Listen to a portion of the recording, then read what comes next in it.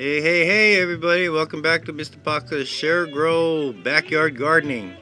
And I'm in my circulating system right now. I just wanted to update you guys on the rooting that's taking place. Now I placed this in the circulating system on Sunday, so 7 days later I am rooting. And I believe the other one is rooting too, on the very bottom. So the ones in the water definitely is rooting right now. So that was 7 days. Now this one I put it in about 2 or 3 days later, and this one here was with the powder, and this one here was with the juicy root. So I really don't think we're gonna have anything in these at all, and I'm not even sure if this is gonna work, because it seems like it's really soaked. But let's see, because I think if the stem just gets way too much water. But that's one thing I never understood about putting it in a medium and just directly in water. Directly in water seems to work so well for me. That's why I kind of shy away from rock wool. But anyway, I wanted to do a test with the juicy roots and powder, and then nothing. So let's give this a few more days too, and then we'll come back. But yeah, it has been successful. And let me pull this out a little bit. I think we can see it. Shouldn't be that hard to come out because it's a pretty big slit in there. Okay, so we can see that we do have a bunch of roots on there. Yep, there is a bunch of roots. So I'm just going to slip that back inside, and that'll be done. So when it roots a little bigger, then I'll put it in probably a 1-gallon container. The other one doesn't look like such a very good cutting, but well, we shall see. So I wanted to update you guys on that. I got 2 more updates. Here's the second update. I was waiting for my jalapeno to pop, and now my jalapeno is popping. So right in this row here is all my jalapeno. All my onions have popped already. It looks like one Ramona got slipped in there. My cilantro, every single cell is popped, and also my Roma tomatoes. Look at that. Quite a bit of Roma tomatoes. Yeah, I planted a lot of them. I plan to get a lot of salsa going with my avocados this year. So that would be really cool. Guys, the cilantro and the Roma leaves almost look alike. And we've been having some temperature swings here in Southern Cal. Last 3 days was overcast, and it actually went under 60 degrees, so I had to bring this back inside, because when it's so cold out there, the young ones and the seedlings just does not do very well. Now, Mr. G, these are the tomato plants. Again, they're growing very slowly. I saw KB Grow Kids one. Looks like his one is taking off now.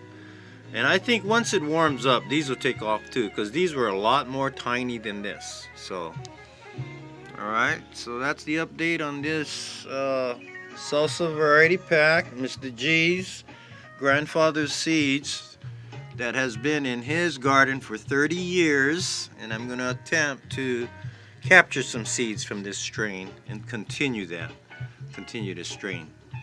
Alright, so and then now let's go outside. I got the pumpkin update. You guys are gonna love this. Time out. Okay, I am now on the second tier, so let's go over and take a look at what the pumpkins are looking like.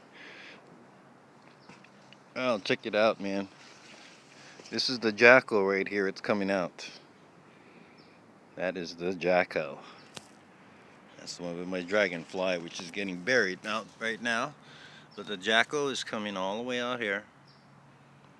And I have the first sign of the male flower. And I'll show that to you guys right now. Check this out. It's a full-on blooming male flower. And when I see that, I understand that the pumpkins should follow. So I'm waiting for the rest to show some male flowers for me too as well. But as you can see, this one here is the Mad Max, and its stomach is starting to come out this way as well. So Mad Max is doing good. Jacko is doing good. Let's see the Wyatt's Wonder. Okay, here's the Wyatt's Wonder with the bird in flight. And as you guys can see, this one is also coming out. So what I'm going to try and attempt to do is train this to come in this little area here. So I can set up, my pumpkins here. Kind of pick and choose which ones I want to keep, which ones I want to thin out. And yeah, and that'll be good. So that's the update on the pumpkins. And another thing that I mentioned the other day that I felt like this, and that small one over there. The uptake I don't think was too good, but it seems like they're deficient over here in this particular area. So what I did is I put some bone meal and blood meal and watered it in today.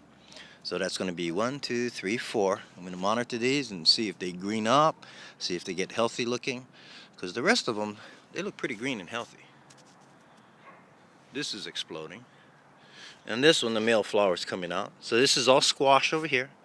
The second row is all cucumbers. Then squash again, cucumbers, squash, and cucumbers.